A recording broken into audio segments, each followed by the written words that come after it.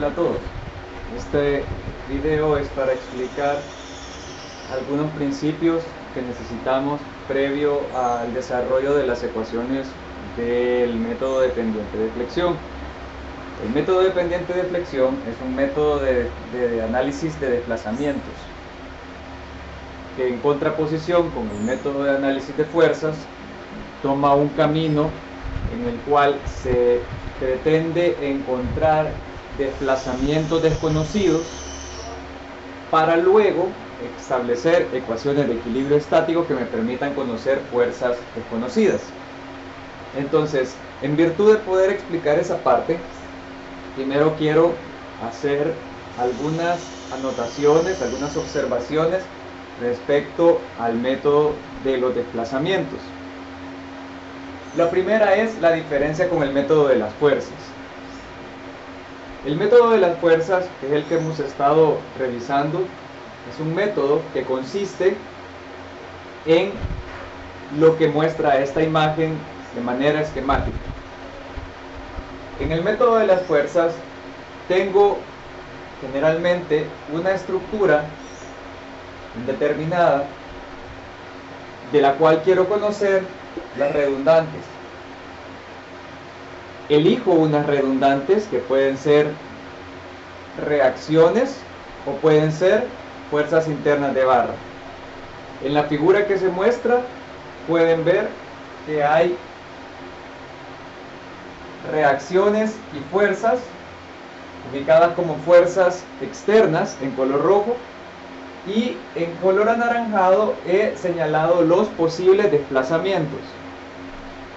Es decir, cada uno de estos nudos tiene tres posibilidades: se puede desplazar en horizontal, en vertical o rotar alrededor de un eje que va saliendo de la pizarra. Entonces, el método de las fuerzas en general consiste en seleccionar unas redundantes,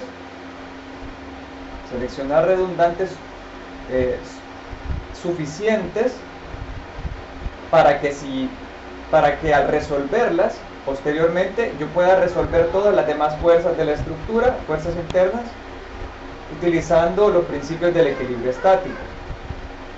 Luego lo que hago es que expreso esas redundantes, o más bien expreso los desplazamientos como función de las redundantes.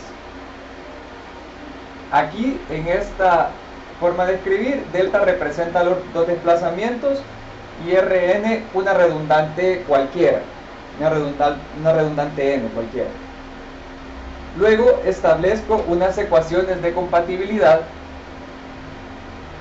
que consisten en relacionar desplazamientos. Entonces, nosotros lo hemos estado realizando por el método de superposición. No es la única manera de hacerlo, ni el único método de fuerzas, pero es el que nosotros conocemos. De cualquier manera, esto consiste en seleccionar para cada desplazamiento una descomposición de este desplazamiento en varios desplazamientos que han sido causados por tienen diferentes causas. Nosotros decimos una parte está dada por las fuerzas externas aplicadas, y cada una de las demás partes está dada por la contribución de diferentes redundantes. Entonces, lo que hacemos es expresar cada uno de estos desplazamientos en términos de las redundantes, y así construimos ecuaciones a las cuales podemos imponer condiciones de frontera, por ejemplo, sabiendo que algún determinado desplazamiento en un punto vale 0 o tiene un valor conocido, y posteriormente con eso construye un sistema de ecuaciones que tiene tantas ecuaciones como redundantes están siendo buscadas en el problema. Cuando conozco las redundantes, utilizo las ecuaciones del equilibrio estático para encontrar las demás fuerzas. En eso consiste el método de las fuerzas. El método de los desplazamientos consiste en algo similar, pero a la inversa. El método de los desplazamientos, en lugar de buscar determinar de principio fuerzas redundantes, va a buscar desplazamientos. Así, mi incógnita principal ahora parece ser que van a ser los delta. Y entonces el trabajo va a ser darle vuelta a esto de acá y voy a escribir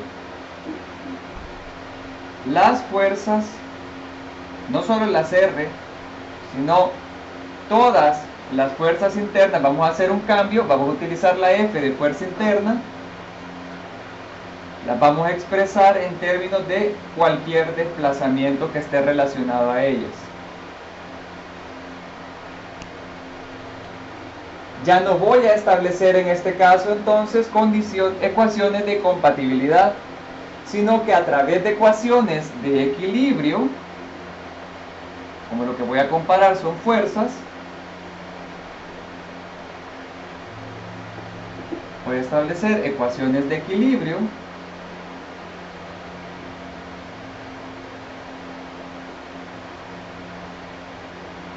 que me permitan llegar a unas ecuaciones donde pueda expresar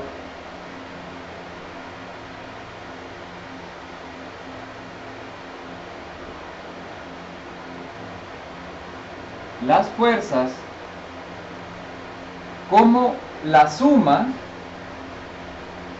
de diferentes desplazamientos.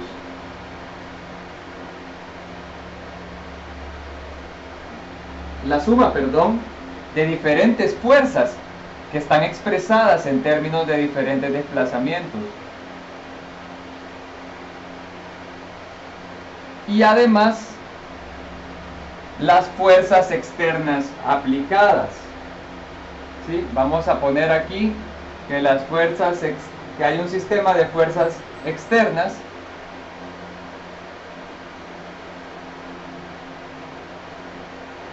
llamémosle F sub 0.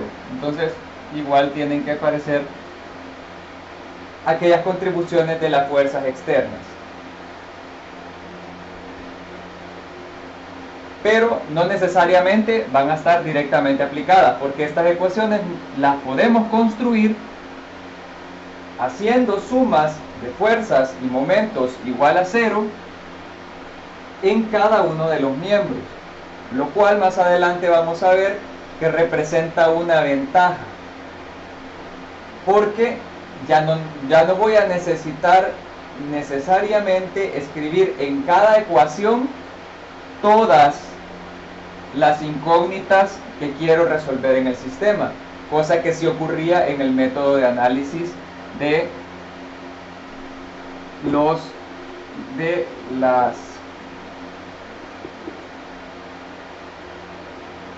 las fuerzas. Entonces, ¿qué es lo que obtengo de estas ecuaciones? De aquí saco todos los deltas. De estas ecuaciones obtengo, bueno, no va a ser una sola, ¿verdad? Va a ser un sistema de ecuaciones donde voy a obtener todos los deltas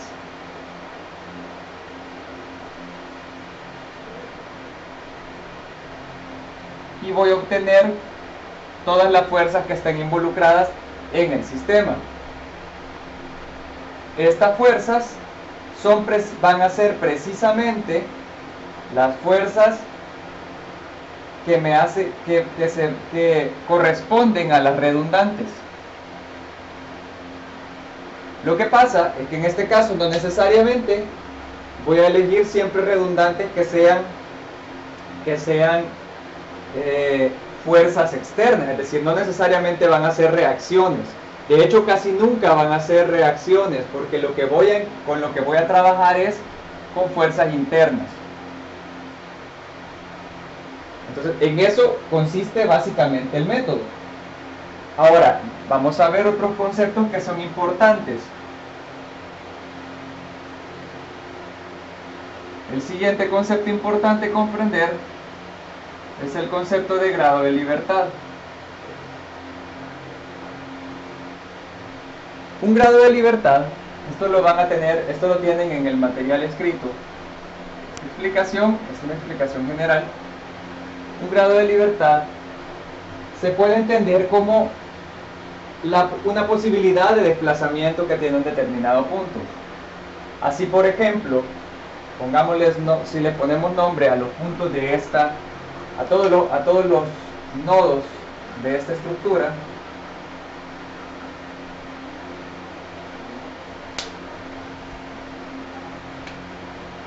tenemos el nodo, vamos a poner aquí, antes de que nada, grados de libertad.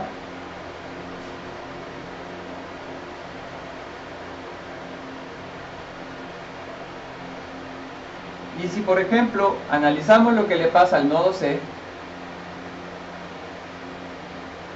el nodo C tiene tres posibilidades de movimiento.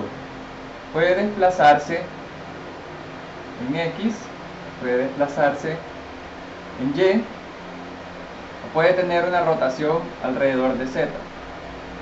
Generalmente no le escribimos el subíndice al Z porque sabemos que está fuera del plano. Esto es lo que pasa en dos dimensiones. Si comparo lo que pasa en ese nudo C con lo que pasa, por ejemplo, en el nudo A,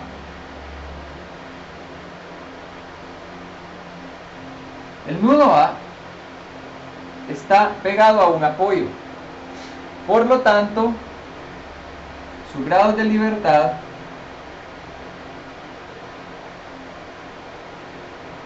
es decir, delta AX, delta AY y teta AZ, todos valen 0.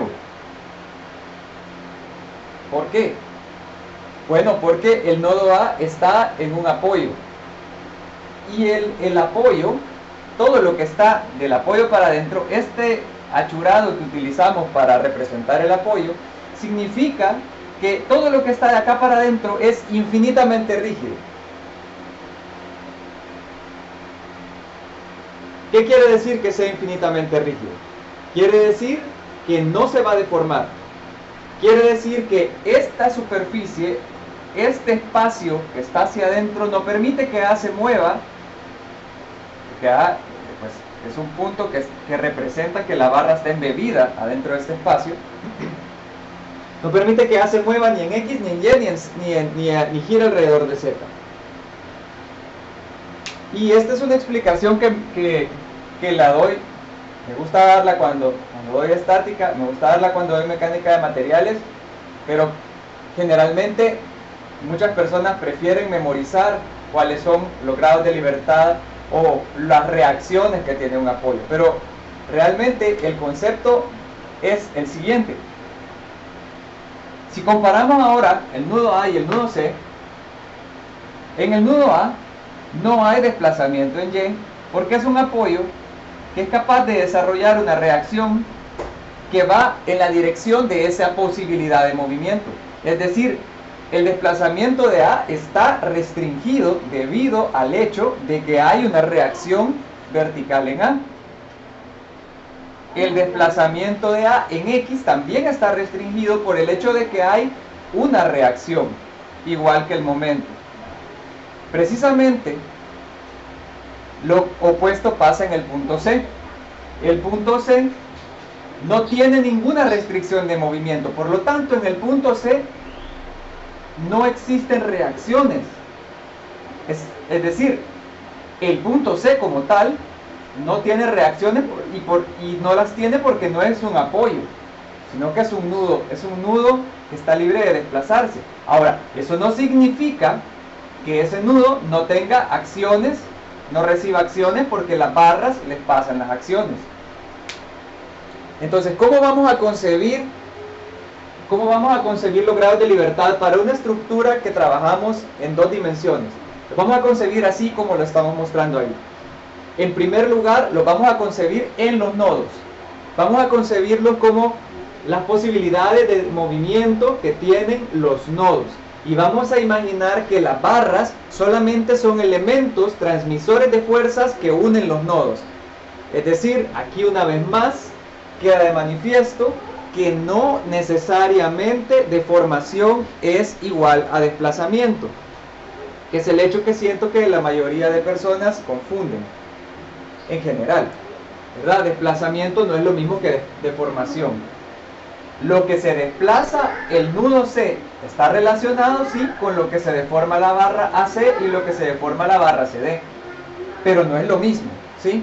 De hecho, lo que se desplaza el nudo C hacia cualquier dirección es una consecuencia de las deformaciones de todas las barras. Entonces vamos a concebir los grados de libertad como las posibilidades de movimiento de los nodos, y las barras van a ser elementos de unión entre los nodos que lo que hacen es transmitir los efectos de la fuerza. Este concepto es bastante importante porque a partir de acá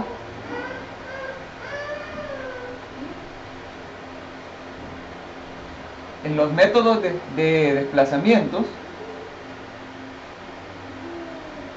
es importantísimo conocer los grados de libertad que tiene disponibles cada uno de los nodos de la estructura. Unos libres como el de C y D y otros restringidos como los de A y B.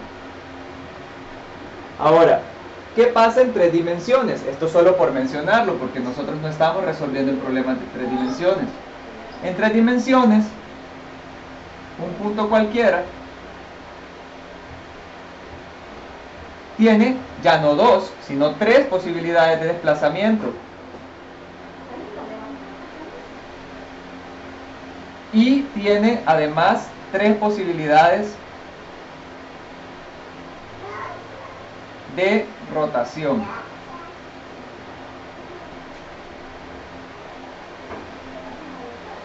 ¿Sí? 6 grados de libertad.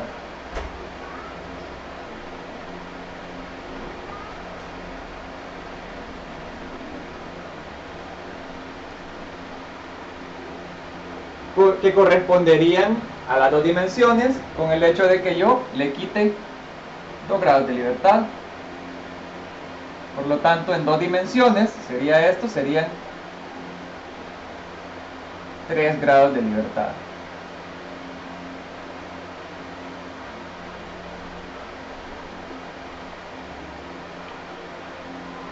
Bueno, realmente sería, en dos dimensiones sería este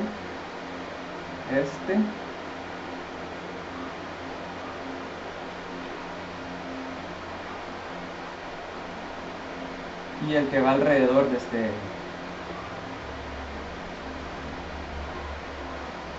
¿Sí?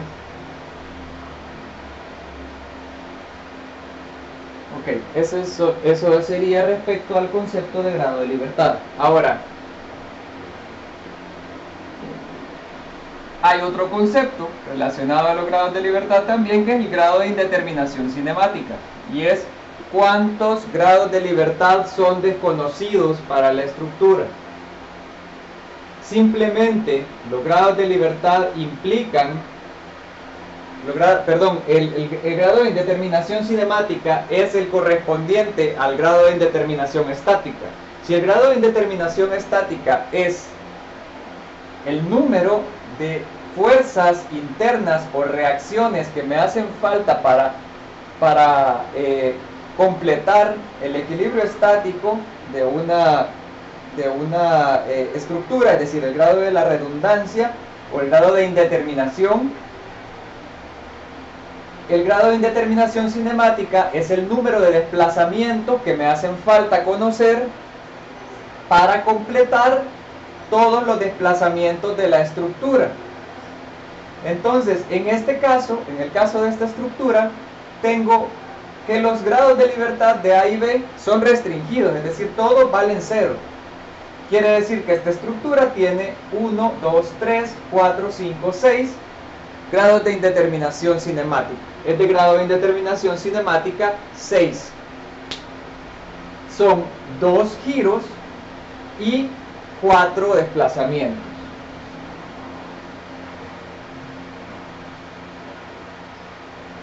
Hay una cosa importante, es otra dentro, siempre lo pongo dentro de las generalidades, y es que el método que vamos a estudiar, el método dependiente de flexión, y los métodos, y muchos métodos que están basados en métodos de desplazamientos, ignoran la contribución de la deformación axial de los marcos. ¿Cómo se deforma un marco? Si tengo un marco, la figura está también dibujada en la figura de su clase.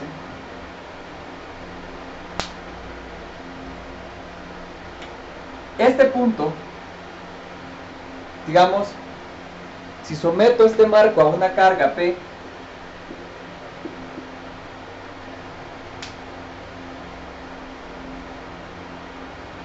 estos dos nodos son los únicos que tienen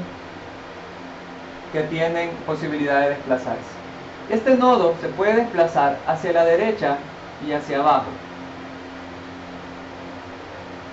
Si la estructura tiene una carga vertical, obviamente este se va a desplazar hacia abajo porque el peso lo va a hacer que esta barra y esta barra se deformen. Así que vamos a poner otra fuerza aquí para que tenga consistencia. Este otro nodo igual se puede desplazar hacia la derecha y hacia abajo.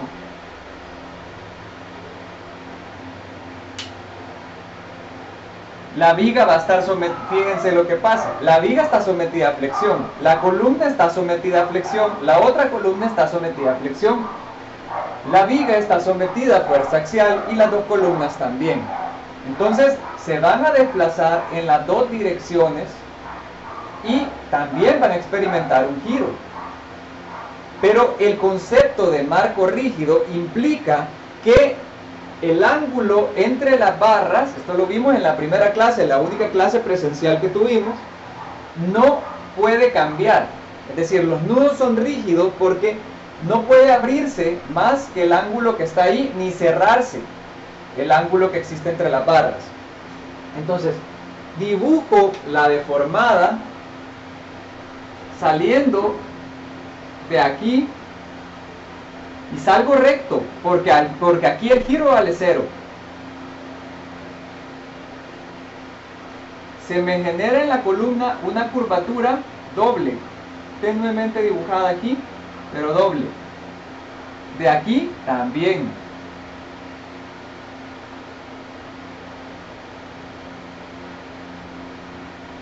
¿Sí? Curvatura doble. Y noten lo siguiente. La curvatura es negativa porque el momento de acá es negativo, ¿eh? El momento genera esta pancita. Este momento de acá genera esta pancita. Del otro lado el momento está al opuesto. De aquí tiene que salir formando, si aquí había un ángulo de 90, aquí siempre tiene que formarse un ángulo de 90. Y llegar aquí formando un ángulo de 90. Entonces va a salir con una curvatura doble también, ¿sí? Abajo, arriba, ¿sí? Solo son dos curvaturas. El punto de inflexión queda más o menos aquí al centro. Por aquí quedará el punto de inflexión de este y por aquí quedará el punto de inflexión de este. Eso sí estoy tomando en cuenta todos los efectos. Es decir, aquí he tomado en cuenta la deformación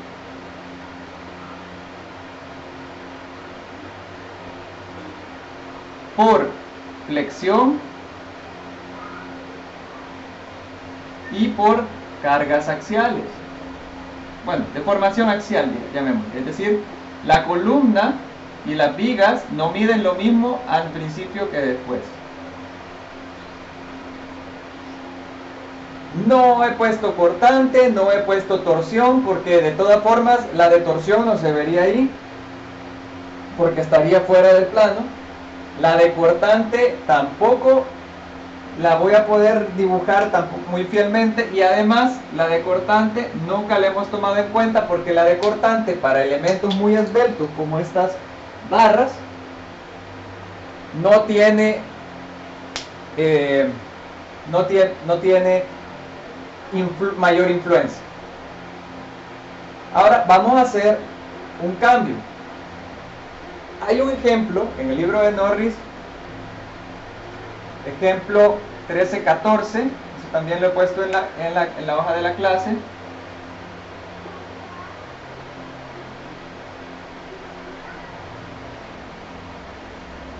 Que demuestra la poca contribución que tiene la carga axial a la deformación de un marco.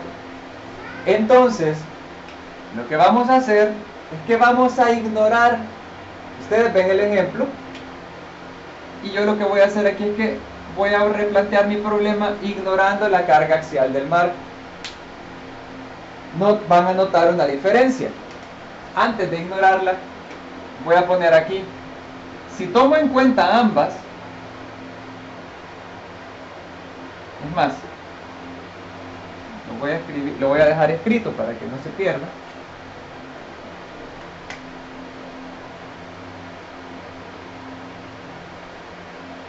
Si tomo en cuenta las dos, los desplazamientos son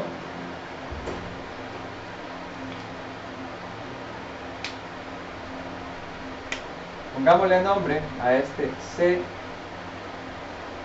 B y C para poderles poner un identificador a los desplazamientos. Tengo desplazamiento de B en X, desplazamiento de B en Y, giro de B, desplazamiento de C en X, desplazamiento de C en Y, giro de C. Pero si ahora cambio mi problema y tomo en cuenta para las deformaciones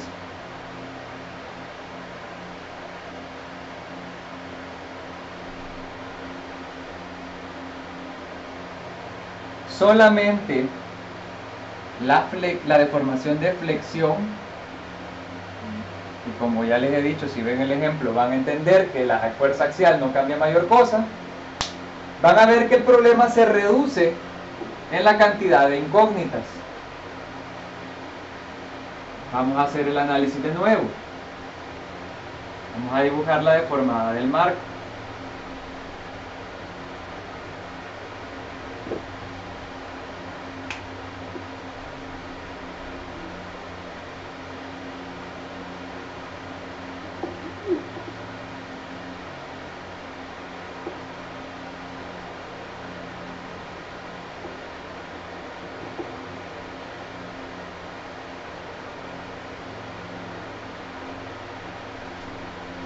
Para empezar,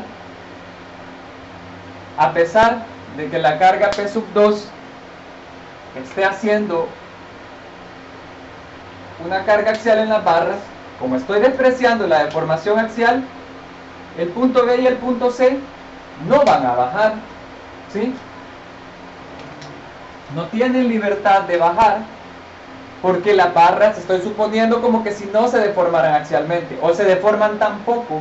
Realmente lo que estoy considerando es que la deformación axial de las barras es tan pequeña con respecto a la deformación por flexión de las barras que es prácticamente como que si no se deformaran axialmente. Por lo tanto, el punto B ya no va a poder bajar, solo se va a poder desplazar hacia la derecha. El punto C también solo se va a poder desplazar a la derecha. Como la barra BC tampoco se puede acortar ni alargar, la distancia entre B y C se va a mantener. Por lo tanto, puedo establecer que esta distancia delta C es igual a delta B. Ya ni siquiera le voy a poner delta BX, delta BY y delta CX, delta CY. Como la barra tiene que medir lo mismo antes y después porque no se deforma axialmente, entonces delta C se vuelve igual a delta B. La deformada va a ser así, así y así, conservando el ángulo de 90 entre las dos. Claro, aquí sí ha habido giro, ¿sí? pero el punto está a la misma altura. Entonces, ¿qué tengo? ¿Cuáles son? El punto B giró. Sí, sí giró. El punto B sí giró. El hecho de que las barras entre sí no se hayan abierto ni cerrado, si se fijan, no se han abierto ni cerrado, pero estaban así y terminaron así. ¿Sí? Estaban así y terminaron así. Entonces, registraron este giro.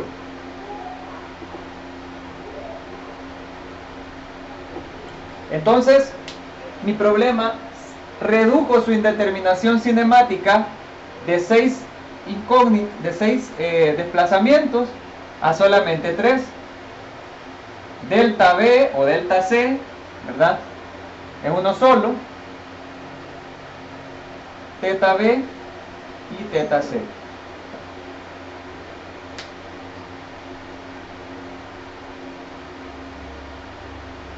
¿Ok? Vale. Esto es prácticamente lo último respecto a estos comentarios.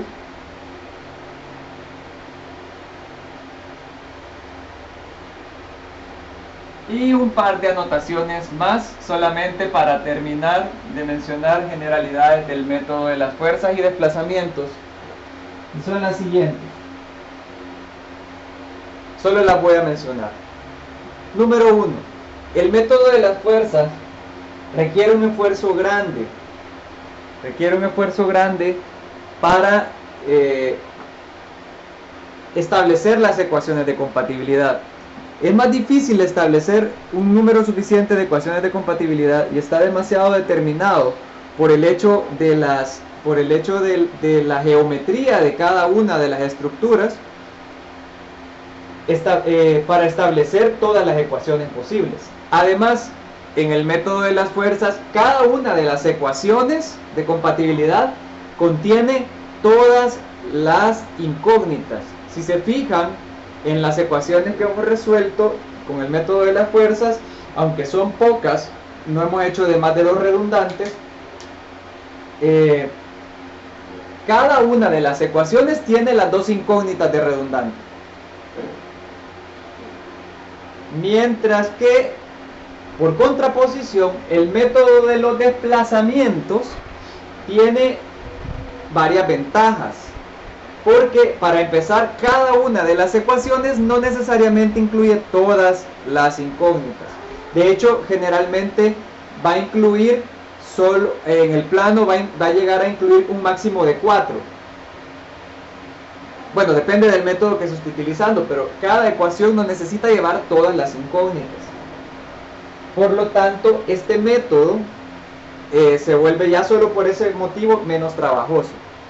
Segundo, el método de los desplazamientos es más fácilmente automatizable, no sé si existe la palabra automatizable, es más fácil de automatizar, digamos, debido a que se basa en ecuaciones de estática, que para una barra son un número limitado de ecuaciones de estática. Si pudiéramos expresar cada uno de los desplazamientos, de las fuerzas de las barras en términos de desplazamientos, entonces las ecuaciones de estática serían las mismas y entonces entraríamos a un problema mucho más sistemático de resolver. Realmente el método que se estudia en la universidad para sistematizar a través del análisis matricial las estructuras es el método de los desplazamientos. No es que el método de las fuerzas no se pueda sistematizar, pero tiene complicaciones adicionales que hacen que, si tenemos el método de desplazamiento, que es más fácil, no nos interese mucho estar trabajando con el método de las fuerzas. Entonces, ¿para qué sirve el método de las fuerzas? Bueno, para introducirnos en nuestro caso al concepto de flexibilidad, al concepto a las leyes de Maxwell, Betti, que nos sirven para poder entender cómo una fuerza aplicada en un extremo de una estructura, en un punto de una estructura, afecta el desplazamiento que se da en otra. ¿sí? Entonces, esas son las generalidades. Ahora vamos a quedarnos hasta aquí con esta parte y luego explico el método de pendiente de flexión.